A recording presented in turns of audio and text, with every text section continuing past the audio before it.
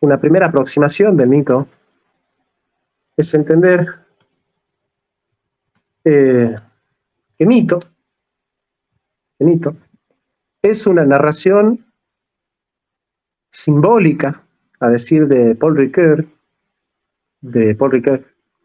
es una narración simbólica que nos relata o nos cuenta un hecho extraordinario que se remonta a la noche de los tiempos, ¿no? Hoy se utiliza como sinónimo de ficción o de ilusión, o cuentos de viejas, ¿no? Mitos, leyendas, se utilizan como sinónimos. Pero en realidad los mitos son almacenes de experiencias profundas de la vida humana. Son los recovecos últimos del espíritu, las argucias literarias del alma en busca del sentido. Es por eso que la definición menos imperfecta de mito, llevada a cabo por Mircea Eliade en su libro que se llama Mito y Realidad, que es la definición que a mí más me gusta. El mito cuenta una historia sagrada, relata un acontecimiento que ha tenido lugar en el tiempo primordial, el tiempo fabuloso de los comienzos. Dicho de otro modo, el mito cuenta cómo, gracias a las hazañas de los seres sobrenaturales, una realidad ha venido a la existencia, sea esta la realidad total, el cosmos, o solamente un fragmento, una isla, una especie vegetal, un comportamiento humano, una institución. Es, pues, siempre el relato de una creación, genealógico. Se narra como algo ha sido producido, ha comenzado a ser. El mito no habla de lo que ha sucedido realmente, de lo que se ha manifestado realmente. Sin embargo, los mitos son realidad, la auténtica realidad del mundo, ¿no? Entonces vamos a circunnavegar en estas definiciones del mito, no sin antes saludar a Jonathan. ¿Cómo estás, Johnny?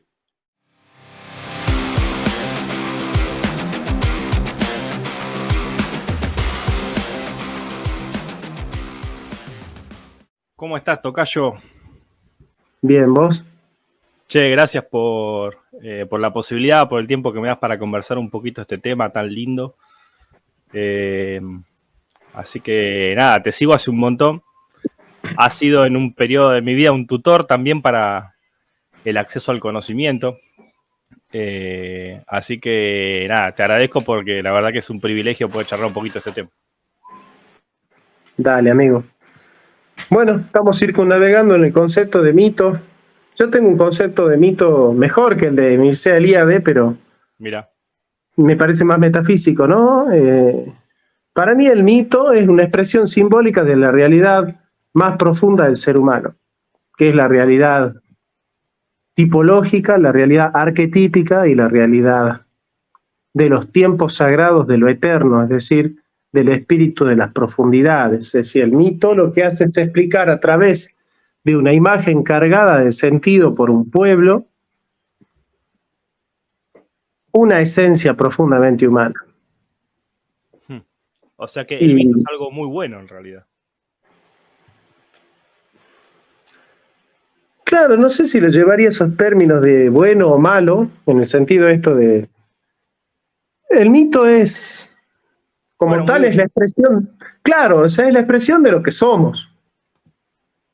Es una expresión sobrecargada de sentido de lo que somos nosotros. Porque en el fondo, nadie puede conocer el espíritu de Dios a Dios sino el espíritu de Dios. Y nadie puede conocer al hombre sino el espíritu del hombre, ¿no? Entonces, los mitos nos ayudan a conocer el espíritu del hombre. Y hay un aspecto del espíritu humano que es lo sagrado. Y cuando lo sagrado se proyecta sustancialmente, se convierte en Dios. Y ese es el origen fenomenológico de las religiones. No estoy diciendo que visto desde cualquier manera esto puede ser así, pero visto desde la fenomenología de lo inaparente, de Hernán Inverso, de Michel Henry, de Jean-Luc Marion, este vendría a ser uno de los orígenes de las religiones en el mundo. Te hago una intro más o menos de dónde estoy parado yo, para que, porque a veces, aunque yo te vengo siguiendo, a veces puede ser que mucha gente, como yo también, le pase que a veces no pueda llegar a entender completamente el sentido de las afirmaciones que vos haces, porque obviamente hay mucha profundidad y parcialmente puedo lograr tantear un poco eso, pero bueno, yo te cuento que yo nunca estudié filosofía, yo estudié filosofía bueno, en el CBC, algo en la escuela también, y autodidácticamente por necesidad de querer entender algunas cosas. Mi especialidad en realidad es la arquitectura, yo soy arquitecto, no tengo tanto que ver con el palo de lo metafísico tanto, sino más bien por ahí de lo constructivo, de lo técnico. Pero sí, a lo largo de mi vida cristiana, hace 20 años, siempre tuve una curiosidad. Yo quizás hubiera sido filosofía una de las carreras que yo podía haber seguido, pero elegí otra. Y tempranamente en la adolescencia me picó el bicho por el Evangelio. El bicho, en este caso, sí, el Espíritu Santo. Y bueno, a partir de que desde la adolescencia empecé a ir a la iglesia y entendí la realidad de Dios, quise entender un poco más en profundidad su realidad. Y eso me llevó a la apologética, a la teología, y con el pasar del tiempo, bueno, después de haber leído varios libros, lo que pasa que lo que yo leía tenía un calibre más fundamentalista, me parecía el mito como algo malo, como algo que podía llegar a dañar mi espiritualidad, como algo que era extraño al Evangelio, a la Biblia. Y sin embargo, después de casi 12 años, 13 años de ser creyente, dije, no, basta de patear las dudas para adelante, patear estas emociones que siento respecto al conocimiento a un futuro lejano y vamos a abordarlo. Y ahí empecé a estudiar la Biblia de otra manera, escuchando y prestando un poquito más de atención a aquellos que decían cosas que en ese momento yo entendía que eran raras. Y empecé a ver que para entender el conocimiento de la Biblia, o cómo los autores de la Biblia entendían la realidad, tenía que leer cosas extrabíblicas. No solamente libros apócrifos, sino libros históricos, cosas romanas, cosas griegas, cosas cristianas que por ahí no estaban en la Biblia. Hasta que en algún punto tuve que decir, bueno, el conocimiento mitológico es inherente a la Biblia en algún punto. ¿Eso es afirmativo? Y son los preámbulos de la fe. Sí, para acceder a la revelación vos necesitas primero aceptar algunos principios. La existencia de la realidad, el hecho de que podemos conocerla, nuestra capacidad cognitiva, aceptar el tiempo y el espacio como a priori ónticos. Digamos, hay algunas condiciones, ¿no? Para que la revelación se torne inteligible. Es decir, si yo parto de la concepción budista de que todo es un sueño de Vishnu o de Shiva o de Krishna o del señor Chaitanya, bueno, seguramente que mi manera de inteligir la revelación bíblica, bueno, no vaya por los carriles donde normalmente va la teología cristiana, ¿no? Eso no significa que ni que sea ni mejor ni peor interpretación, pero sería distinta a los cánones normales de la tradición occidental del cristianismo. Claro. Y en algún punto, ya que sacase el tema de los sueños de los dioses de otras culturas, ¿no se podría decir en algún punto que la realidad, aunque tenga la ontología que le estamos atribuyendo para el supuesto de la revelación, sea un sueño del Dios creador en algún punto? ¿O es una metáfora más bien, quizás?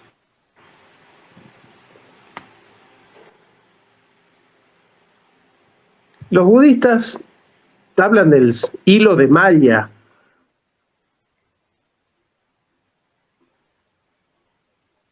Una proyección ilusoria de la mente, de la conciencia individual, que para poder desear, para tener un ego y una voluntad, se edifica a sí misma en un mundo que contiene cosas que están ahí afuera y que nosotros podemos tener y poseer, ¿no? Y bueno, y el nirvana llega cuando nosotros nos damos cuenta que en realidad todo eso no existe, que es un sueño.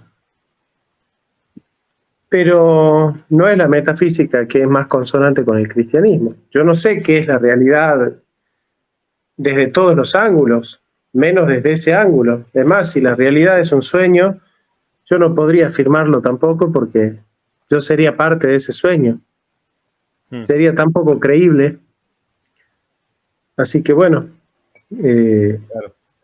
si me preguntas si la realidad es un sueño o no, la verdad que no lo sé, pero si me preguntas si esa concepción es consonante con el cristianismo, al menos con el cristianismo tal como lo conocemos nosotros, no. Claro, claro, porque la revelación implica una realidad que tiene ciertas leyes, digamos, ¿no? Que serían las leyes naturales. Más que nada por el tema de la creación.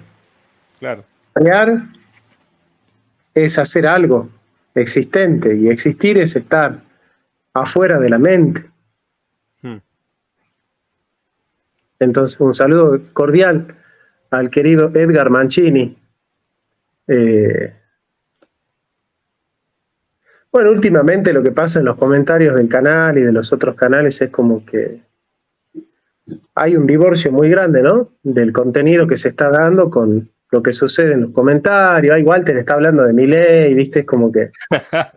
Dale de bolilla, vamos al nuestro, ¿no? No, lo que te digo es que a veces uno pierde el placer, ¿viste? De leer los comentarios porque dice, bueno, ¿hasta qué punto la gente que escucha está interesada en conocer la temática, ¿no? Claro. Yo tenía la intención... está tratando, ¿no? Pero bueno, yo creo que Edgar, y si yo veo que Edgar está ahí en el vivo, siento que vale la pena hablar. Bueno, por lo menos uno. No, él, varios. Israel también, Ángel, hay muchos, pero Edgar siento que está ahí, escuchando lo que se dice. Bien. También Nisebel, también, Esteban, bueno, ahí está Carlos también.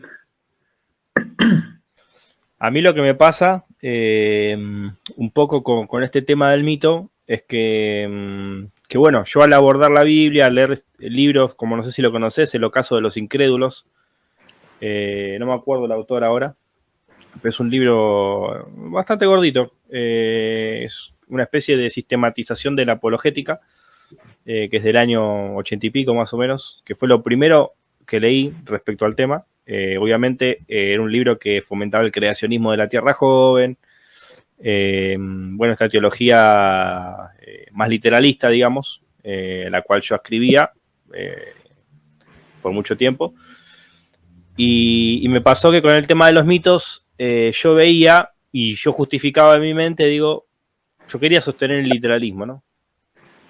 Entonces yo decía, bueno, hay mitos en Sumeria, hay mitos en Egipto, hay mitos en otras partes, en otros continentes, y son muy parecidos a los de la Biblia, pero el de la Biblia debe ser el suceso primero y todos los demás, bueno, vinieron después.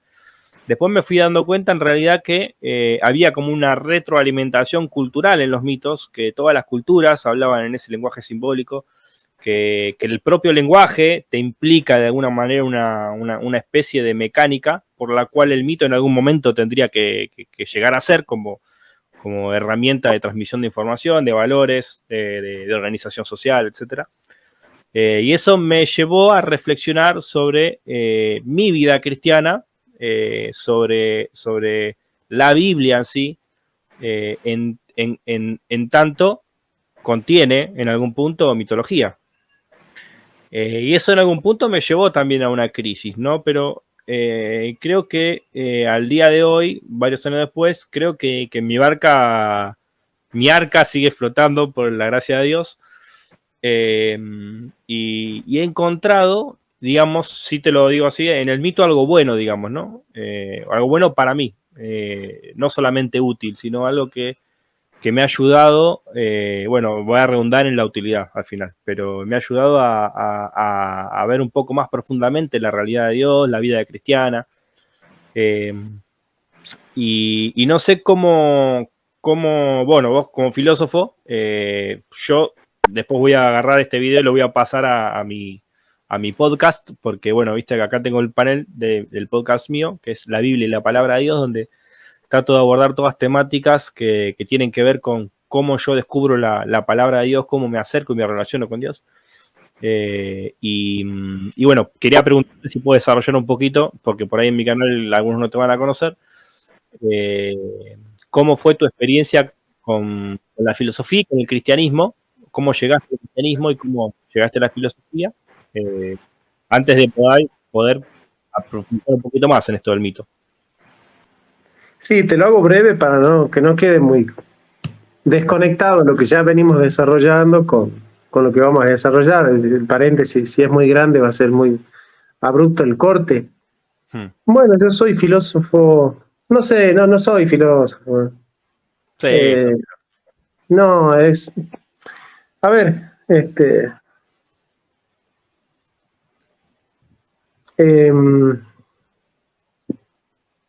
soy un lector, tampoco sé si bueno o malo, simplemente sé que me gusta, que lo disfruto, eso creo que sí lo puedo decir. Desde los 15, 16 años, ¿no? Todo lo demás para mí es una farsa, esto, que el escritor, el filósofo, eso. Y después, nada, con la religión hay una relación patológica, ¿no? Y es que la religión me promete una mejor persona y me hace una peor persona. Porque en nombre de la religión suelo sentir y pensar cosas que no pensaría ni sentiría de otra manera, ¿no? Y siento que cuando estoy lejos de Dios soy más cristiano que cuando estoy cerca de ese Dios de la religión cristiana. Me he sentido mucho mejor persona siguiendo a Nietzsche que creyéndome cristiano. Así que creo que en el mundo del cristianismo lo peligroso es que se justifica cualquier tipo de maldad en nombre de la verdad, en nombre de la palabra, en nombre de la verdadera religión, en nombre de la justicia, en nombre de Dios. Se puede matar, se puede mentir, se puede robar, se puede engañar, se puede fornicar. ¿No? Así cuando en el nombre de Dios el cristianismo suele pretextar cualquier aberración, nada, como decía Gandhi, ¿no? Si lo peor que hay en el cristianismo son los cristianos, ¿no? Lo dijo, sí. Así que si no fuera por los cristianos, si no fuera por los cristianos, yo seguiría la religión cristiana.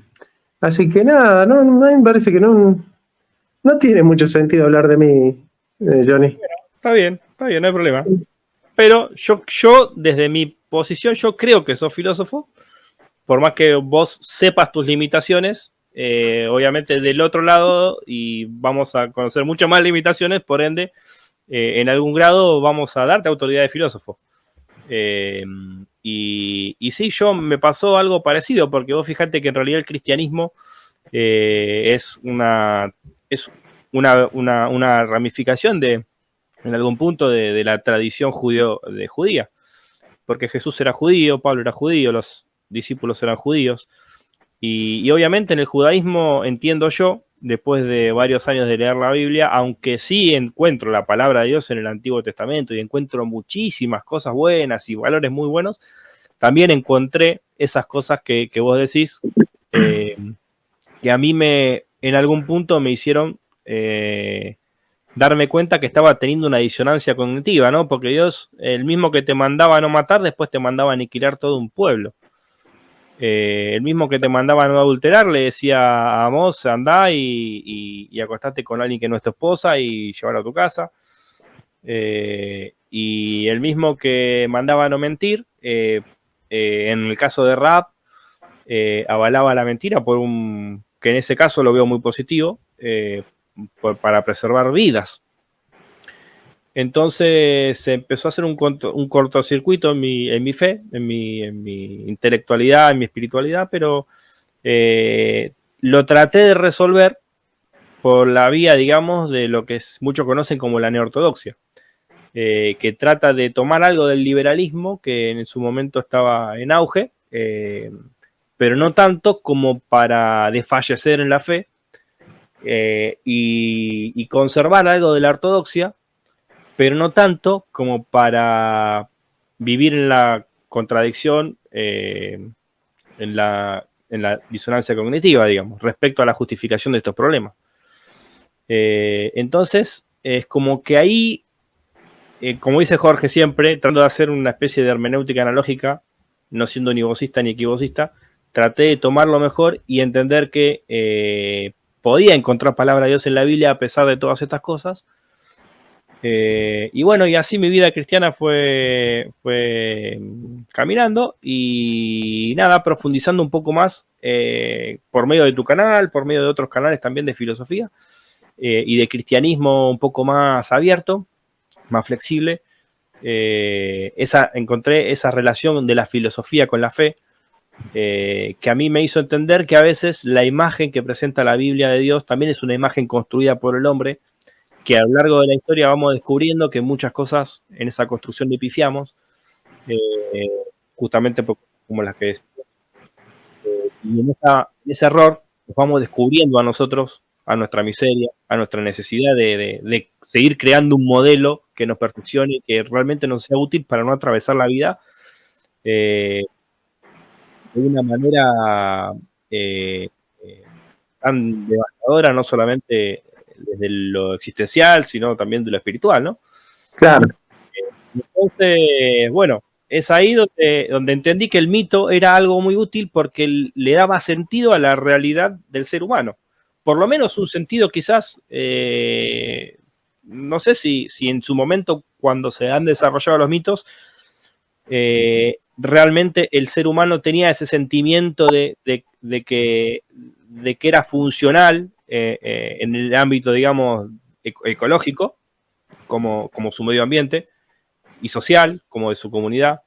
Y no sé si sentía lo mismo que siento yo, quizás, cuando yo siento que hago el bien por el bien mismo, porque estoy agradando a Dios. No sé si sentiría lo mismo, pero creo que es una primera aproximación al conocimiento de Dios en algún punto y al conocimiento de su voluntad, porque al fin y al cabo el sentido de la vida es el reconocer el sentido de la vida, es el reconocer la voluntad de Dios y Él es el creador. Entonces, bueno, hay el mito con eso, cómo lo. Creo que se empata bastante. Sí, el mito no otorga sentido, lo descubre. Lo devela en el sentido de la aletheia, ¿no? De desocultar. Nosotros somos, dice Ernst Cassirer, somos seres simbólicos, porque lo que marca el sentido de nuestra vida es una imagen cargada de sentido. Eso es un símbolo, ¿no? Es una imagen cargada de sentido. Y el mito es la narración que explica el sentido de esa imagen. En particular, en el hombre habita la imagen de lo sagrado. Es decir, el hombre puede instrumentalizar para su vida casi toda la realidad, pero para que exista la mediación de la técnica, que es la instrumentación de la realidad para la subsistencia o para el conocimiento, también tienen que existir realidades intocables, es decir, que no tienen la potencia de ser instrumentalizadas. Y esa realidad Heidegger la llama en Cartas sobre el Humanismo lo sagrado. Lo sagrado es una experiencia humana. Tucú no es patrimonio ni del cristianismo, ni del judaísmo, ni del islam, ni del budismo, ni del brahmanismo, ni del chamanismo, ni... Es patrimonio de todos y no es patrimonio de nadie, lo sagrado. A través de la experiencia de lo sagrado, el hombre va desarrollando su itinerario histórico en base a una relación con lo sagrado, que va adquiriendo forma de imagen para cohesionar la identidad de un pueblo, y esas narraciones simbólicas le permiten a ese pueblo tener una conciencia histórica y otorgarle sentido a la vida, reunificando su relación, porque el hombre es un animal antianimal, es un animal que ha roto con el estrecho mundo de los sentidos y se abrió a la trascendencia. A través de la vivencia de lo sagrado, el hombre puede suturar esas fracturas, la fractura consigo mismo, la fractura con los otros seres humanos, la fractura con la trascendencia, la fractura con la naturaleza. Entonces el símbolo le permite al hombre suturar esas heridas. Y cada pueblo tiene su propia historia con lo sagrado, tiene sus propias imágenes, tiene su propia identidad, tiene su propia peculiaridad en su relación con lo sagrado. Y así se van construyendo los textos sagrados, que son digamos, son la apostátesis de esa relación con lo sagrado. Y si yo te lo pongo así, bueno, voy a decir la herejía que todo el mundo está esperando, porque claramente acá hay el 90% de la gente que viene a mi canal viene a escuchar la idiotez del día o la herejía del día, ¿no?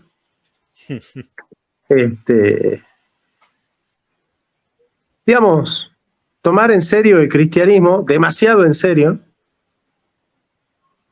como diría Platón en el Teteto, la filosofía es para jugar, pero tomarla en serio, pero no tan en serio, como para olvidarte que es un juego, pero tomarla en serio para jugar bien. Cuando uno se lo toma demasiado en serio, como cualquier cosa en la vida, cuando nosotros nos tomamos demasiado en serio algo, lo rompemos. Y cuando no lo tomamos en serio, lo perdemos. Entonces hay que aprender a tomarse en serio las cosas, pero no tan en serio, diría Fito Páez. Por suerte nunca me tomé las cosas tan en serio, ¿no? Bueno, también lo dice Salomón, ¿no? Dice, sí, lo escribió Salomón, no sea, sé justo, pero no tan justo. Ah.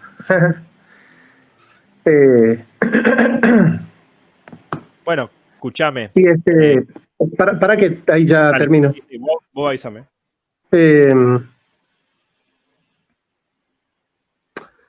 Decir, o sea, tomar el cristianismo demasiado en serio, es decir, che, ¿vos sabés que Dios nos habla a nosotros? ¿Vos sabés que Dios nos quiere a nosotros? ¿Vos sabés que Dios nos privilegia a nosotros, nos prefiere a nosotros? Y hay que ser un poco idiota para pensar que Dios habla solo con vos, o solo con los de tu iglesia, o los de tu denominación, o los de tu cultura, o los de tu ciudad, o los de tu país, o los de tu religión, o los de tu... ¿De verdad crees que Dios no habla con? ¿De verdad crees que Dios no los ama, que Dios? Así que bueno, te escucho. No, está interesantísimo. Me pasa también de que... uy, ¿se fue, no? Te fuiste esto. De que el abrir un poquito la cabeza a esta herejía, digamos, de lo mitológico, te hace ser más comprensivo también con las demás culturas y las demás religiones en algún punto. Porque al entender que tu narrativa es un constructo en el que vos te haces una imagen de Dios a partir de, bueno, la analogía del ente, por ejemplo, podríamos decir, que varias veces lo aplicaste. y reconocerte en tu finitud y en tus limitaciones, de que no sos inerrante y de que no sos infalible, como muchos se están defendiendo hoy y pregonan, tenés que tener la posibilidad o la opción de que la otra narrativa, que quizás está compitiendo con la tuya, tenga algo de verdad. Tenga algo lógico y compatible hasta quizás con tu narrativa también, en términos de utilidad, en términos de verdad última también, porque al fin y al cabo son dos personas tratando de hacer lo mismo, pero con caminos diferentes. Entonces, ahí se abre la pregunta, ¿no? Si al final a mí se me prometió que yo soy salvo por todo lo que yo pienso y lo que yo creo, y el otro lo piensa y lo cree diferente, entonces no tiene salvación. Pero evidentemente, si es un constructo esta narrativa, puede haber un cierto grado de flexibilidad en la que quizás el otro pueda tener algo de salvación también, y quizás se pueda reinterpretar también la salvación en otro sentido, desde los caminos mitológicos que se van construyendo a lo largo de la historia. Y creo que está eso también en algún sentido en la Biblia, porque si bien el mito es algo muy antiguo, la Biblia al parecer no es tan antigua como el mito, aunque hay una dialéctica con lo mitológico. Y creo que en la Biblia se puede detectar un camino, que creo que hablábamos antes, no, te lo mandé lo hablamos creo que cuando cuando te propuse el tema, de lo mitológico a la palabra y de la palabra a la ciencia moderna, digamos, ¿no? ¿Vos cómo ves ese devenir, como esas transiciones o evolución o progreso o involución, no sé? ¿Cómo lo ves vos referente a los mitos y al cristianismo? Mirá, es imposible hablar de mitos y cristianismo sin hablar de Rudolf Bultmann. Pero curiosamente, para Bultmann, el cristianismo no es un mito que se conceptualiza, que es lo que yo pienso, sino que es un concepto que se mitologiza. Es decir, lo que hace Grecia con el cristianismo no es conceptualizar, sino mitologizar el cristianismo, es decir, revestirlo al cristianismo de todas esas características que sobrenaturales, como que Jesús caminó sobre las aguas y esas cosas que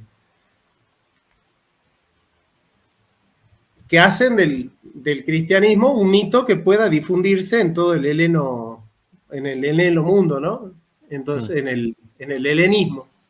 Claro. Yo pienso al revés, yo pienso que las vivencias humanas más originarias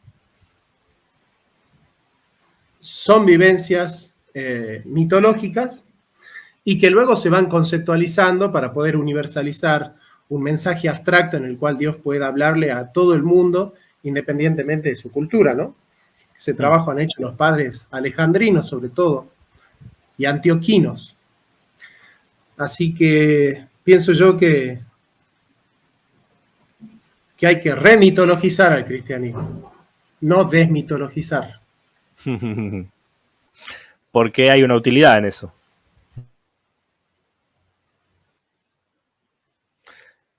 Justino Mártir es uno de los que... No me gusta hablar de utilidad, porque la utilidad tiene que ver con la técnica, ¿no? Yo soy heideggeriano. Sí, a ver. No me gusta hablar de utilidad. Las cosas no son valiosas. No son valiosas cuando son útiles. Son valiosas cuando son valiosas. ¿Se entiende? Sí. Bueno, Justino Mártir es uno de estos que creo que habla de la semilla del logos en las diferentes culturas, en los diferentes pueblos, y va tratando de detectar como una especie de esta semilla en los mitos, en los discursos, en las narrativas populares de los demás, de los demás cultos. Y en algún punto puede sonar para un cristiano, digamos, más fundamentalista, un poco chocante o herético el hecho de que se encuentre la palabra de Dios se encuentre el logos en la narrativa de una cultura pagana. Sin embargo, evidentemente, Justino, que es uno de los, no me acuerdo si era padre apostólico o padre de la iglesia, pero de alguna manera es lo que está diciendo, es que hay palabra de Dios en los demás pueblos y naciones, que Dios también se ha revelado a otros pueblos, que en realidad nosotros, visto desde la postura nuestra, digamos, o que estamos tratando de abordar, es que tanto el cristianismo como los otros pueblos han tenido un constructo que en alguna medida se ha hecho afín al sentido verdadero, digamos, de la vida entendida como una creación de Dios.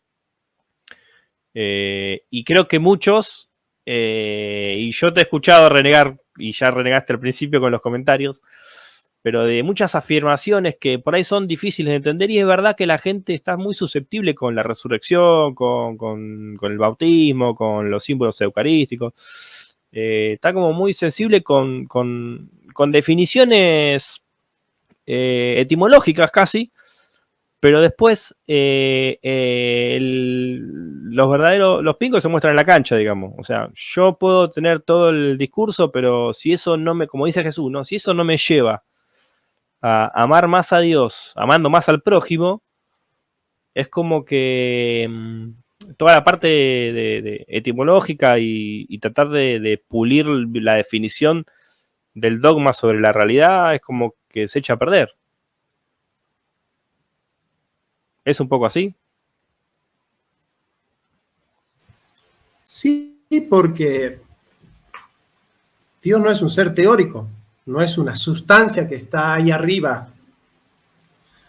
Dios no es, Dios se da. ¿Qué significa? Según la interpretación que hace Walter Benjamin del Mesías, no es una cosa, no es un alguien o algo, es un acontecimiento. Heidegger diría, es una Ereignis, es una manifestación de lo sagrado. Lo sagrado sin Dios, lo sagrado en el hombre, diría Walter Benjamin, ¿no?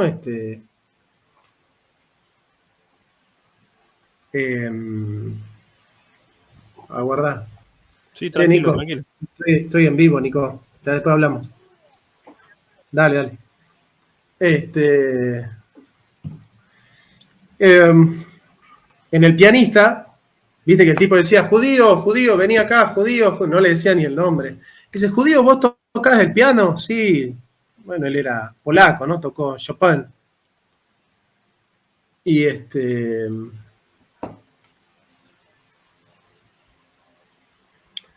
y en ese momento no había ni un nazi ni un judío. Ese momento era el momento de lo sagrado. Se da.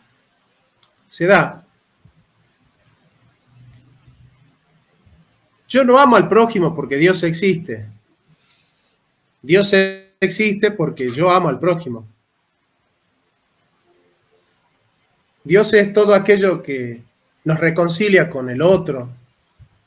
Dios es todo aquello que nos reconcilia con nosotros mismos, con lo mejor de nosotros mismos. Dios es todo acontecimiento que nos lleva a los... Eso es. Dios no es alguien que me ama a mí y a vos no. Que me habla a mí y a vos no. Eso no es Dios. Dios no es el garante de los privilegios de una casta etnológica o espiritual. Dios es el que convierte al hombre en un verdadero hombre. Y todo aquello que humaniza al hombre, que lo hace más plenamente humano y que lo hace recoger al rostro del otro, en el totalmente otro, en el tú absoluto, bueno, eso es Dios, eso es Dios. Y si no hay amor al prójimo, no hay Dios.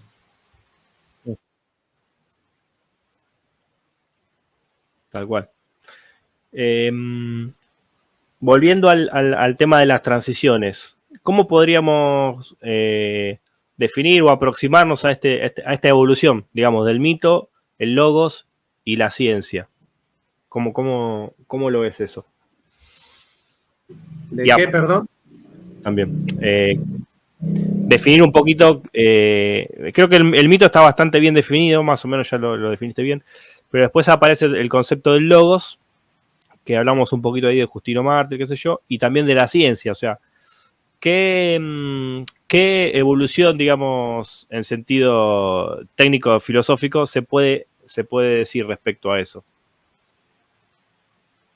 Mito y logos. Mito, logos y ciencia.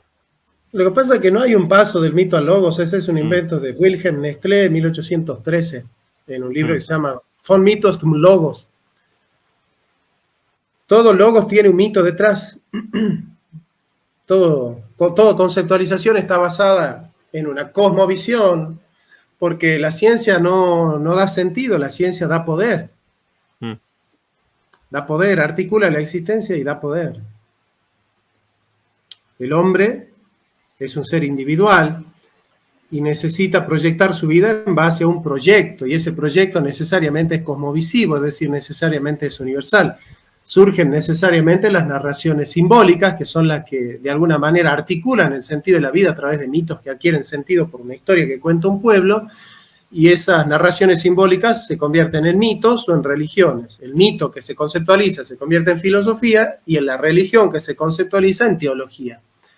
Occidente es en la cultura de la vista es un horizonte conceptual, es decir, contemplativo. Surgen los dioses del cielo, que son aquellos dioses que garantizan la existencia del espíritu sobre la materia, de ahí surge una visión ascética de la vida. El cristianismo, basándose en la introducción del neoplatonismo en la cultura semítica, que es una cultura de una ética material de la alteridad radical, y en esa misión el cristianismo se convierte en una teología, la teología en una cultura y la cultura en un estado y en un imperio, y ese imperio utiliza la ciencia para dominar y para controlar y para someter a la gente, a los pueblos, a la naturaleza y a Dios también, ¿no? Sujetar a Dios con su teología. Así que esa es mi mirada sobre esta cuestión. O sea, es decir, el mito sigue estando detrás de todo lo que hacemos y vivimos. Sí, todo es mito. Todo es mito. Todo es mito. La ciencia es un mito, porque la teoría evolutiva no se puede demostrar nada. O sea, es suponer. No, la ciencia no es un mito, pero está el mito de la ciencia, que es el cientificismo. Claro. Eso es. Claro, la ciencia no es mito porque implementa un método, qué sé yo, pero la construcción de teorías vienen dadas también por la posibilidad creativa del hombre, o la capacidad creativa del hombre. Si a un hombre no se le despierta la idea, no le viene la idea de poder atar, decime. Se está alargando la lluvia, tengo que descolgar la ropa. Bueno, seguí hablando vos dale. Un ratito hasta que yo vuelva. No te preocupes que voy a hacer eso. Bueno, dale. Yo voy a compartir un poquito mis... Qué grande.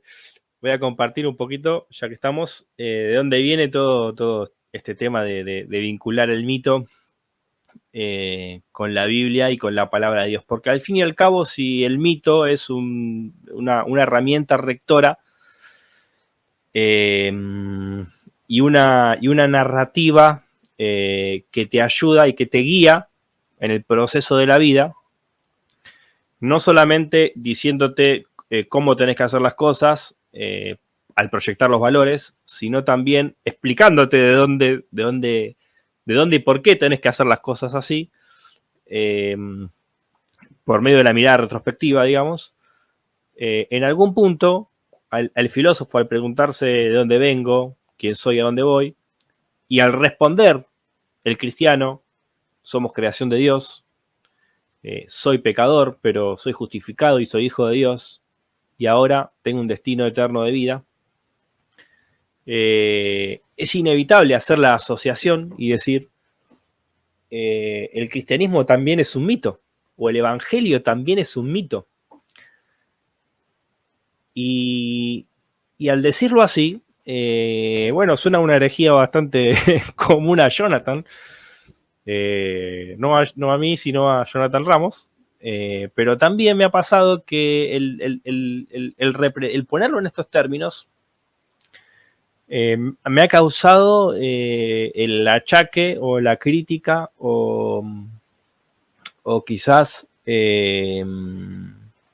no la expulsión o el aislamiento, por ahí en algún sentido, de ciertas personas que no les gusta ver así el cristianismo, no les gusta asociarlo con esta mecánica creativa que el hombre tiene para tratar de explicar la realidad. Y por eso le decía a Jonathan, si la ciencia moderna no tiene algo de mitológico, en el sentido de que justamente lo que le iba a decir, que el hombre requiere de la creatividad para poder asociar, por ejemplo, la progresividad de los fósiles. Estaba comparando, no sé si pudiste escuchar algo, estaba comparando Sí, sí, sí. la capacidad creativa del hombre y el mito con el cristianismo, porque al fin y al cabo lo que estamos diciendo es que el cristianismo es un mito y que el evangelio es un mito y que es la narrativa que nos conduce a resolver los problemas de determinada manera en la vida. Es un mito, pero no es cualquier mito. El No, cristianismo es nuestro mito. sí. No, no es cualquier mito. O sea, el cristianismo es la verdad porque es mi verdad. Y es mi verdad porque es mi mito. Y dentro de la lógica de mi mito, el cristianismo es la última religión, es la única religión. Y Cristo es el único camino, la verdad y la vida. Y sin Cristo no hay salvación. O sea, si yo me meto dentro de la lógica de mi mito funciona. Ahora, si yo me lo tomo en serio, entiendo que el cristianismo es la última religión. Si me lo tomo demasiado en serio, me olvido que eso es un mito. Y si no me lo tomo en serio, caigo en la New Age. Todas las religiones me salvan por igual. No, a mí solo me puede salvar el cristianismo, porque me lo tomo en serio. Pero no me lo tomo tan en serio para olvidarme que es un mito. Digamos, si yo me lo tomo demasiado en serio, Dante Urbina. Y si no me lo tomo en serio, Ullman. ¿Se entiende? Sí, no sé si Ulban no se lo tomaba completamente en serio. No lo tengo tan visto eso. Bullman era más universalista en el sentido de decir que todas las religiones salvan. ¿Cómo? Si Bullman era más de pensar. No, no se metía en ese tema, no sé si se pronunció al respecto, pero si el cristianismo funciona sin los milagros de Jesús, me parece que no hay mucho de sobrenatural ahí, ¿no? Claro, sí. Pero yo, por ejemplo, voy a una iglesia pentecostal. Y creo que los milagros son posibles. De hecho, a veces oramos y clamamos a Dios por milagros de sanidad.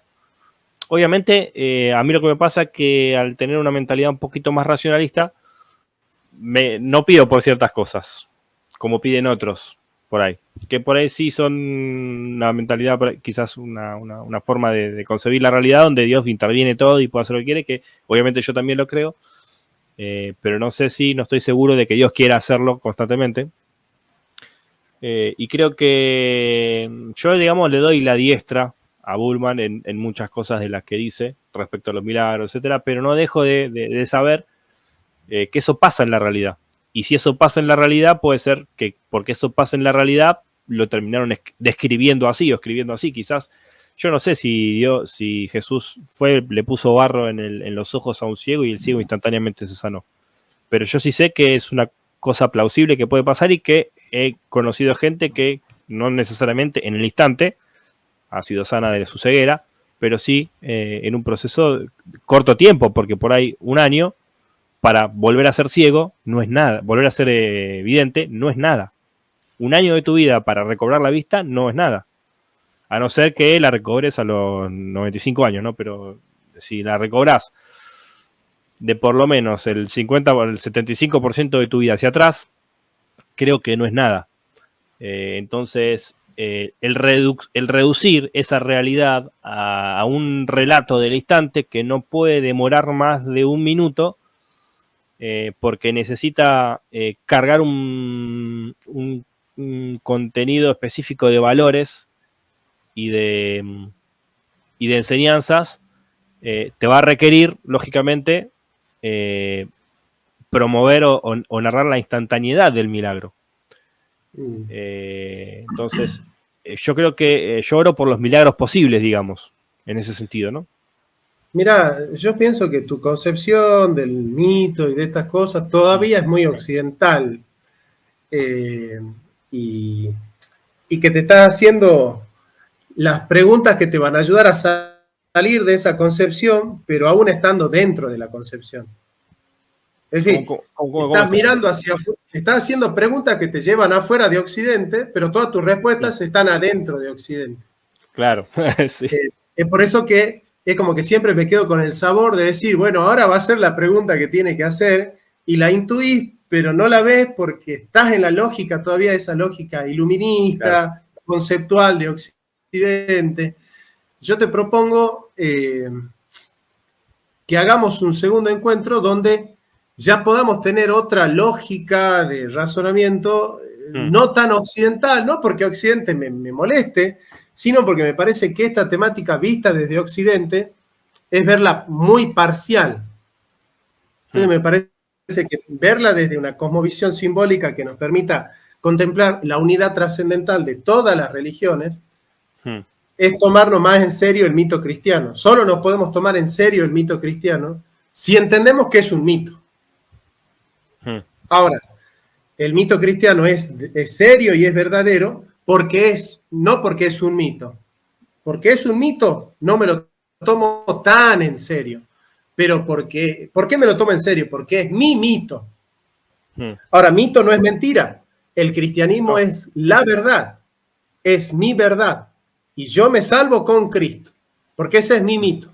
Sin Cristo yo no me voy a salvar. No me puedo salvar sin Cristo. ¿Se entiende? O sea, es tomarlo en serio para poder encontrar el sentido. En busca del sentido. Pero no tan en serio como para creer que Dios me quiere más a mí que a los de otras religiones. No, me lo tomo en serio a Cristo, pero no soy tarado. Yo no pienso que Dios ama más a los cristianos que a los budistas o a los musulmanes. No pasa por ahí. No hay, o sea, no voy a establecer una mirada cristiana en base al etnocentrismo que se justifica por la teología. ¿Se entiende? Entonces, me parece que para no quedarnos con las ganas, porque la charla estuvo buenísima, adentrarnos más en este tipo de análisis, ¿viste? Porque dentro de la lógica occidental, si yo digo que el cristianismo es un mito, es que es un cuento de viejas, que en realidad Jesús murió muerto, comido por los perros, que murió en una fosa común, y que después los apóstoles inventaron un relato exaltando la gloria del Maestro hasta construir los relatos sobrenaturales de los milagros de Jesús y construyeron el cristianismo. No es eso lo que yo estoy diciendo. Yo estoy diciendo que Jesucristo verdaderamente nació de una virgen, verdaderamente caminó sobre las aguas, verdaderamente convirtió el agua en vino, verdaderamente resucitó de la cruz. Dentro de la lógica epistémica del símbolo de mi mito, esto es absolutamente verdadero, más verdadero que cualquier dato científico, porque el dato científico es un dato que da poder, pero no da sentido. Este mito le otorga sentido a toda la realidad. Pero hay que ir a otra lógica, ¿me entendés? Hay que develar el mito como la estructura narrativa del arquetipo de Jung. O sea, llevarlo al mito a las realidades profundas de la espiritualidad humana. No entender mitos simplemente como, bueno, es que el cristianismo viene de los mitos mesopotámicos y es una reinvención judía de los mitos del antiguo Próximo Oriente, y eso todavía está eso todavía es la lógica occidental. La lógica oriental es que todo mito es verdadero cuando funciona. Claro. ¿Sí? Por eso estoy hablando desde la perspectiva de la realidad, desde la fenomenología, y desde la perspectiva de lo inaparente, del simbolismo. Después, bueno, acá hay gente que no le da el cuero para entender lo que estamos diciendo. Bueno, es normal que si hay 56 personas, 50 no les dé el cuero, digamos, para entender desde dónde es que estamos hablando. ¿Me entendés? Porque si hay gente que solo está acostumbrada a escuchar que la Virgencita me ama, que Jesucito me ama, que Diosito me ama, que pum, pum, pum, pum, Y claro, viene alguien a hacerles un planteo distinto, desde una lógica de desarrollo distinta, y no tiene sentido, pero bueno, si vos estás acá escuchando y no te da para entender lo que está, es probablemente porque lo que decimos no está hecho para vos, o vos no estás hecho para lo que nosotros decimos. No, entonces, muchas veces no ves lo que se está diciendo y tenés dos opciones, o creer que lo que se está diciendo es muy superior a lo que vos podés entender, o creer que el que está hablando es un idiota. ¿No? Hay como dos grandes posturas con respecto a lo que se puede hacer cuando lo que alguien está diciendo vos no lo entendés. Claro. Pero me gustaría que cierres con esto. Si en definitiva para vos el cristianismo es un mito, ¿qué clase de mito es para vos? Y ahí está, ¿no? Tenemos el inclusivismo absoluto de Wagner, que todos somos cristianos, pero los que no lo son de manera consciente son cristianos anónimos. Claro. Y después está el exclusivismo absoluto de Barth, que aquellos que no están dentro de la religión cristiana no se pueden salvar de ninguna manera. ¿Qué pensás al respecto, querido Johnny? Y yo pienso que, aunque yo interpreto y entiendo desde mis limitaciones, quizás occidentales, el mito de esa manera, creo que, como decías vos, para mí es el mito verdadero, es el mito que agota todos los mitos y fuera de este mito, los demás relatos no tocan ni los talones. Los demás mitos no llegarían a competir en algún sentido, ¿no? Aunque en la realidad compitan a veces, desde mi vivencia, desde mi experiencia, puedo decir que no tengo la seguridad intelectual de que occidentalmente se hayan cumplido muchas de las cosas, pero como decís vos, a mí me funciona.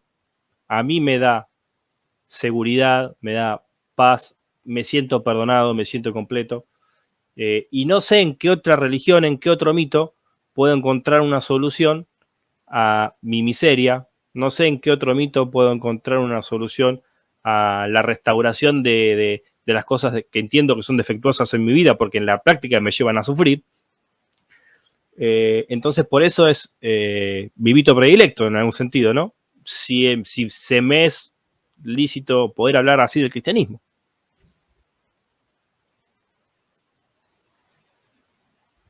Eso es lo que me pasa. No podrías hablar de otra manera. Bueno, amigo, me gustó mucho la charla, la disfruté mucho. A mí me encantó, me encantó. La próxima, entonces, cuando se pueda, lo vas a abordar vos, todo ese quilombo del pensar el mito como realmente tiene que ser pensado, me parece, desde el oriental. Así que yo te haré preguntas, como ahora, y vos me irás corrigiendo y me irás llevando para entender un poco mejor la realidad. Bueno, la realidad, sí. Amigo, te mando un cordial abrazo y gracias espero por el que tiempo, nos podamos encontrar, Johnny. Vale, seguro, seguro. Gracias, querido. Gracias. Bendiciones.